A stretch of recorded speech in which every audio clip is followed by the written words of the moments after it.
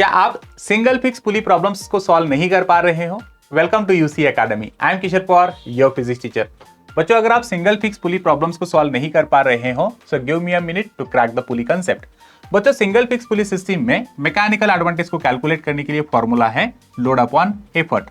Ideal case में magnitude of load magnitude of effort हमेशा equal होती है, तो आइडियल केस में मैकेनिकल एडवांटेज होगा 1।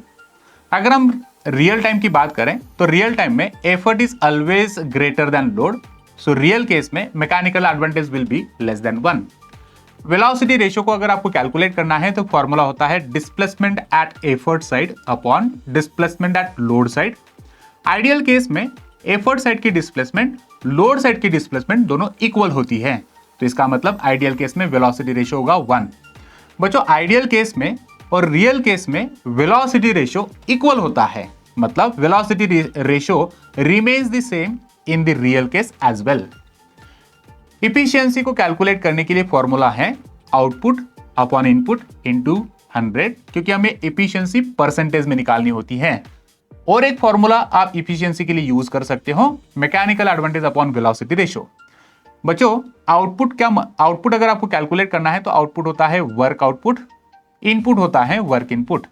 तो वर्क आउटपुट कैलकुलेट करने के लिए load into displacement of load, work input को कैलकुलेट करने के लिए effort into displacement at effort side.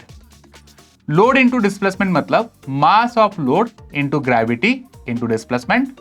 Effort into displacement आप अगर कैलकुलेट करना चाहते हो तो एफर्ट का मतलब mass at effort side into gravity into displacement, इस तरह से भी हम कैलकुलेट कर सकते हैं। आइडियल केस में आउटपुट इनपुट इक्वल होंगे, तो इसका मतलब आइडियल केस में इफिशियंसी होती है 1।